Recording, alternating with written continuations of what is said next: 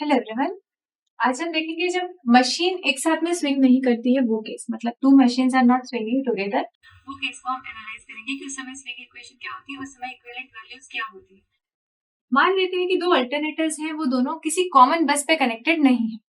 ठीक है, तो यदि एक किसी अल्टरनेटर पर लोड चेंज होता है तो सिर्फ वो उसी अल्टरनेटर की पोजीशन को चेंज करेगा और दूसरा जो अल्टरनेटर है उसकी पोजीशन चेंज नहीं होगी। तो ऐसे केस में हम क्या कहेंगे, machines are not swinging together. ठीक है, कंसिडर करते हैं M1 एंड M2 क्या है, angular momentum of two generator. अब यहाँ पर इस केस में क्योंकि दोनों एक साथ में स्विंग नहीं कर रहे, इसका मतलब दोनों के डेल्टा जो रहेंगे वो अलग रहेंगे, तो इफेक्टिव डेल्टा क्या हो जाएगा, डेल्टा 2 माइनस डेल्टा 1। इसको मैं कहती हूँ equation 1, where delta 2 load angle of generator 2 and delta 1 is load angle of generator 1। ठीक, यहाँ पर हम दोनों साइड में यदि हम इन दोनों को, इस इक्वेशन को यदि डिफरेंशिएट करते तो हमें क्या मिलेगा, d delta by d t, this will be equal to d d t of delta 2 minus d d t of delta 1। Second derivative लेते हैं इसका, तो क्या मिलेगा, d square delta by d t square is equal to d square delta 2 by d t square minus d square delta 1 by d t square. इसको मैं नाम दे देती हूँ इक्वेशन नंबर 2। इसी में और क्या लिख सकती हूँ, पावर्स की टर्म्स में यदि मुझे लिखना है, स्विंग इक्वेशन हम डिराइव कर चुके हैं, पावर्स की टर्म्स में यदि हमें लिखना है तो हम क्या लिख सकते हैं, PM2 minus PE2 divided by M2 minus PM1 minus PE1 divided by M1।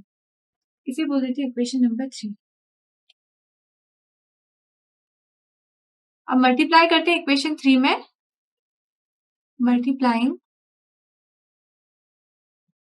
M1 M2 divided by M1 plus M2 equation 3। तो हमें क्या मिलेगा, दोनों साइड पे हम यदि मल्टीप्लाई करते हैं इसका, तो M1 M2 divided by M1 plus M2 into d square d delta by d t square, this will be equal to M1 PM2 minus M2 PM1 divided by M1 plus M2 minus M1 PE2 minus M2 PE1 divided by M1 plus M2।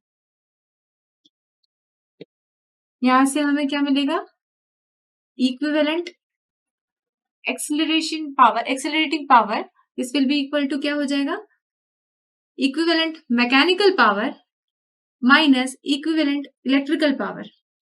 ठीक, इसको मैंने बोल दिया ये equation 4 है, in this is equation 5। यहां पर ये क्या है, इक्विवेलेंट एक्सेलरेटिंग पावर, पावर ये क्या है, इक्विवेलेंट मैकेनिकल पावर, और ये क्या है, इक्विवेलेंट इलेक्ट्रिकल पावर।